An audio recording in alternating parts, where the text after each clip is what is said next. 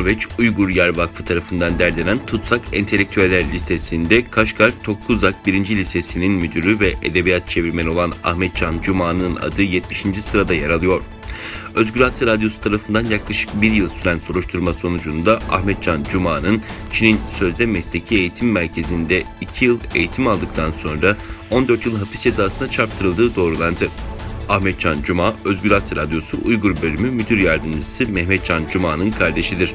Uygur Yer Vakfı'nın tutuklu Uygur entelektüelleri listesinde Tokuzak 1. Lisesi Müdürü Ablajan Mehmet, Akademik Direktör Ahmetcan Cuma, Coğrafya Öğretmeni Sijidagul Ayup ve Spor Öğretmeni Ablikim Tokti yer alıyor.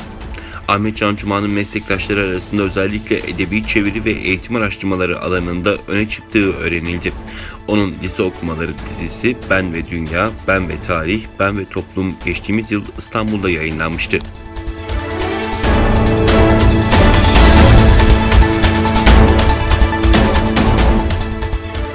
ABD Senatosu'ndan bir cumhuriyetçi senatör olan Todd Young, Uygurlara yönelik insan hakları ihlalleri nedeniyle 2022 Pekin Kış Olimpiyatlarının diplomatik boykotunu desteklediğini söyledi. Todd Young, Çin'deki Uygurlar dahil olmak üzere insan hakları ihlallerinin kendisi gibi hükümet yetkililerinin Pekin Olimpiyatlarına katılmamasını gerektirdiğini söyledi. Todd Young 29 Nisan'da Washington Post'ta açıklamalarda bulundu.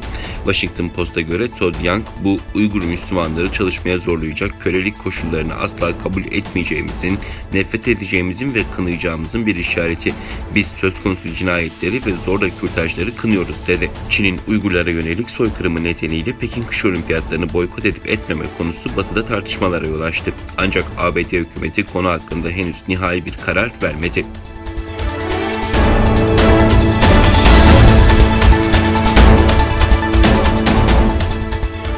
Kırgızistan'la Tacikistan sınırında 39 kişinin ölümüyle sonuçlanan çatışmalar sonrası ateşkes ilan edildi. Kırgızistan'la Tacikistan arasındaki tartışmalı sınır bölgesine çıkan çatışmanın ardından Kırgızistan Batkent şehrinde gerçekleştirilen toplantıdan ateşkes çağrısı çıktı. Kırgızistan Milli Güvenlik Devlet Komitesi Başkanı ve Tacikistan Milli Güvenlik Devlet Komitesi Başkanı Batkent şehrinde gerçekleştirdikleri toplantıdan ateşkes çağrısı yaptı.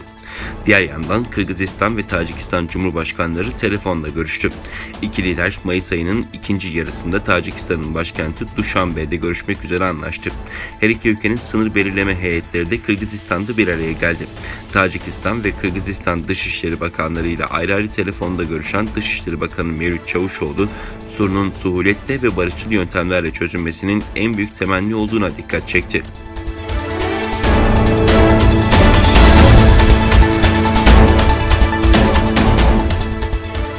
İtalya telekomünikasyon firmalarının Huawei'nin 5G projesinden ayrılmayı planladığı bildirildi. Amerika'nın Sesi'nin haberine göre İtalyan Telekom şirketi Huawei'ye iki tarafın imzaladığı ve sözleşmeyi feshetme niyetinde olduğunu bildiren bir mektup gönderdiğini öğrenildi. Haberde geçtiğimiz yıl ihaleye davet edilen Huawei'nin İtalya'daki 5G ağının yapımına katılımının iptal edileceği, buna göre daha önce İtalyan Telekom şirketinin Huawei ile sözleşme imzaladığı vakit üretim için dahil ettiği Ericsson ve Nokia şirketlerinin sözleşmeleri resmi olarak feshedilmesi durumunda üretimden müştereken sorumlu olacağı öne sürülüyor.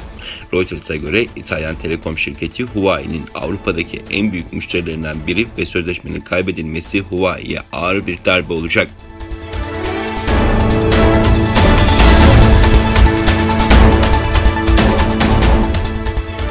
Çin'de kötü hava koşulları can aldı. Hızı saatte 160 kilometreyi bulan fırtınada 11 kişi hayatını kaybetti. BBC'de yer alan habere göre Yangtze Nehri kıyısındaki Nantong şehrini etkisi altına alan fırtınada 11 kişi hayatını kaybetti. 102 kişi yaralandı. Ölenlerin rüzgarda nehre sürüklenerek sökülen ağaçların ve elektrik direklerinin çarpması sonucu hayatını kaybettiği bildirildi. Fırtınada batan teknedeki 2 kişi kurtarıldı. Kayıp 9 kişi arama çalışmaları ise sürüyor. Şehrin büyük kısmında elektrik verilemedi. Şangay'ın 100 kilometre kuzeyindeki Nantong yaklaşık 8 milyon nüfusa sahip.